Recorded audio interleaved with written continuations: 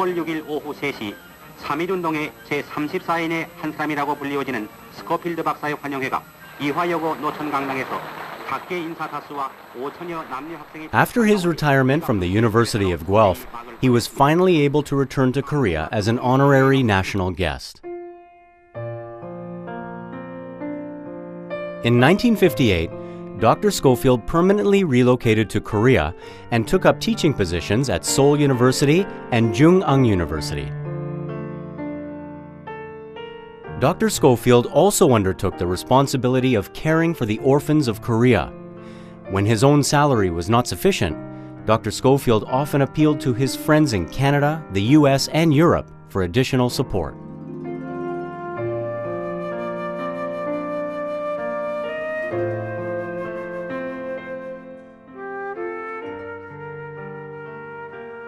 He also provided scholarship opportunities at his own expense for students in financially difficult situations.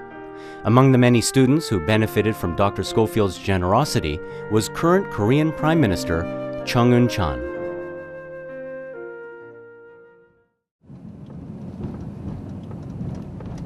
The podium and the stage takes up too much space, and we're going to need space in here for the. In 2008, the Dr. Schofield Memorial Foundation began meeting twice a month with staff at the Toronto Zoo.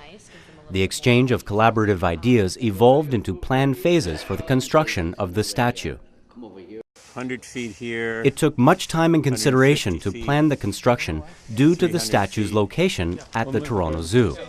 There were numerous regulations that had to be considered, including governmental concerns, safety procedures, and the maintenance of the environment's integrity. I walk the maze of moments, but everywhere I turn to begins a new beginning. As the project moved forward, sculptors from both the Canadian and the Korean Sculptors Associations were invited to submit their proposals to be decided by a public vote. Announcements were put out through various news outlets, and in the end, 2 sculptors were chosen.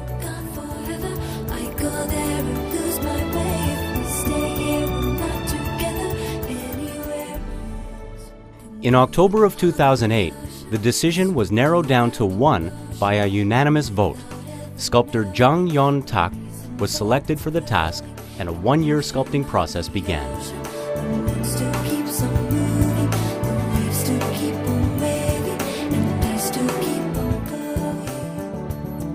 On April 26, 2008, the Canadian government designated Dr. Frank W. Schofield as a National Historic Person in Canada. This meant he would forever remain in Canadian history.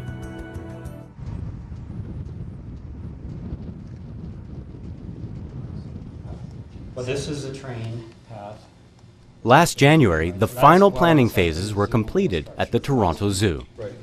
You would actually get a view across here. Right. And then when you come up here, you're experiencing it from the other side of the walkway. After the slated completion of the monument, the planning for the memorial garden was postponed until April due to the cold weather. And it's not unlike the court sites in around Killarney. While completion of the monument had been scheduled for November 2009, complications during construction led to unfortunate delays.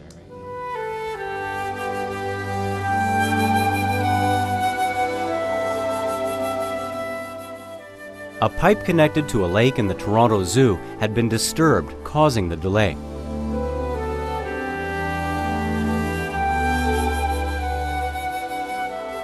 After the excess water was drained and the damaged pipe was replaced, the site faced numerous re-evaluations.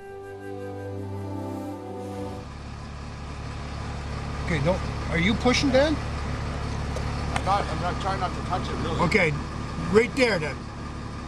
Finally, after 2 years since the official groundbreaking, construction of the statue was going smoothly and nearing completion.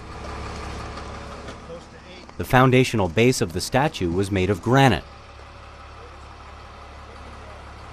A total of 14 tons of granite material from the Indo-Bengal region was needed. This was because no Canadian stone could offer such brilliant colors. 600 kilograms of copper material was also required for the bronze statue. What we're going to have to do is pull it out. That one's okay. This one's... Although only one phase of construction had been completed, those involved were elated at the progress. Acting CEO Peter Evans of the Toronto Zoo, along with Chair Saw Jun Young and Executive Director Jay Chong from the Dr. Schofield Memorial Foundation, were present to witness the final stages of the statue's construction despite the -25-degree weather. Toronto City Mayor David Miller also offered his full support for the project. He was a great friend of Korea. The Korean government is supporting this project with a very significant and generous donation of $800,000. The City of Toronto is supporting it through donating the land, and will be maintaining it at the zoo. And it's appropriate it's at the zoo, because Dr. Schofield, in addition to his incredible work in Korea, his stand for human rights, his stand against the occupation, his missionary work, was also a very significant veterinarian who made a number of advances.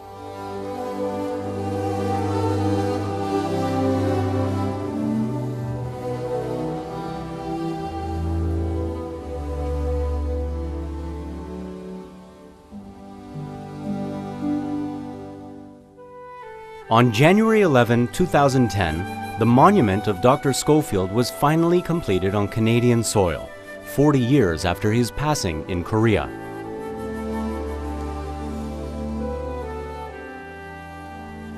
His adopted Korean name was Sok Ho Pil.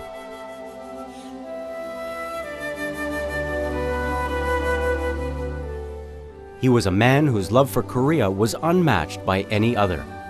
To missionary Sok Ho Pil, the Bible in his hand was his life.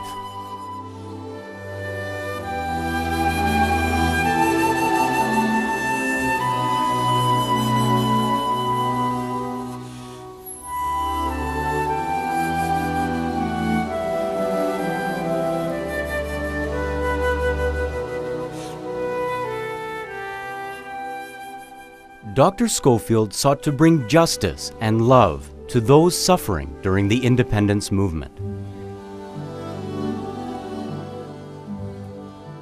He passed away on April 12, 1970, leaving behind his will requesting that he be buried in Korea.